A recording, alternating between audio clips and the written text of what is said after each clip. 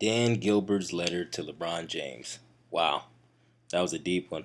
For those of you who don't know what it was talking about, basically when LeBron James left the Cleveland Cavaliers, Dan Gilbert wrote a big statement trying to really express his outrage as to what happened and basically his feelings about LeBron James. I believe he called him a Benedict Arnold. It was kind of crazy. But Dan Gilbert's response to LeBron James was basically saying that LeBron James was not grateful to what the city of Cleveland had done for LeBron and building his career, and telling him basically that they made him everything he was, and then wishing him tons of bad luck, basically to take the curse of Cleveland with him to wherever he went. Um, it was kind of sad actually, because it said more about Dan Gilbert than it did say about LeBron James. I think it basically was just uh, him coming to terms with the fact that his agreement or his organization was worth about 50% of what it once was in that single move.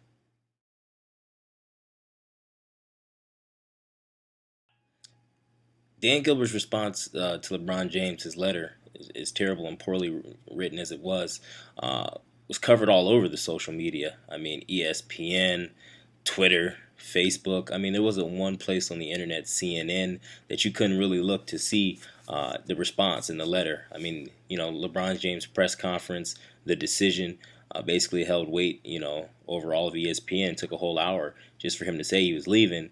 And Dan Gilbert's response basically solidified LeBron James' claim that sports athletes were like the modern day slaves. I mean, yeah, they're paid a great deal of money, but they're like cattle to these NBA owners. And Dan Gilbert kind of solidified that by saying, you're ungrateful for after giving me 7 years of your life to leave and aspire to do different things without me. So, but it was covered everywhere: Twitter, ESPN, CNN, Facebook. Anywhere you looked, you saw the story.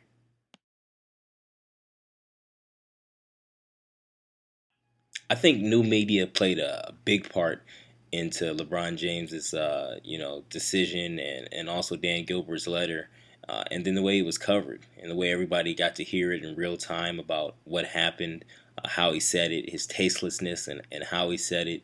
I mean, I think the social media played a big part because maybe Dan Gilbert felt pressure as to if he didn't respond to LeBron James leaving Cleveland, as to if he didn't make some kind of significant promise and wish him harm and misluck and misfortune, that maybe he thought his legacy, his career, his money, his investment in the Cleveland Cavaliers would have been even more greatly and adversely affected, by LeBron leaving if he didn't do some kind of retaliation.